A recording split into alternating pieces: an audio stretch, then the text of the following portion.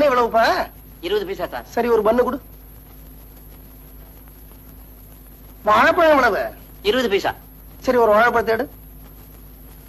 இந்த பண்ணுக்கு பதிலா வாழைப்பழத்தை கொடு.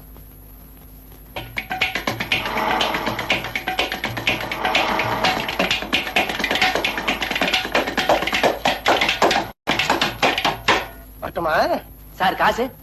எதுக்குப்பா காசு? வாழைப்பழம் சாப்பிட்டீங்களா? அத பண்ணுக்கு பதிலா தானப்பா கொடுத்த. அப்ப பண்ணு காசு? பண்ணத்தான் திருப்பி கொடுத்துட்டேனப்பா. ஏன்பா ஒரு வயசானவன 20 பைசாவுக்காக ஏமாத்துற நீ? பண்ணு கொடுத்து திருப்பி கொடுத்துட்டாரு.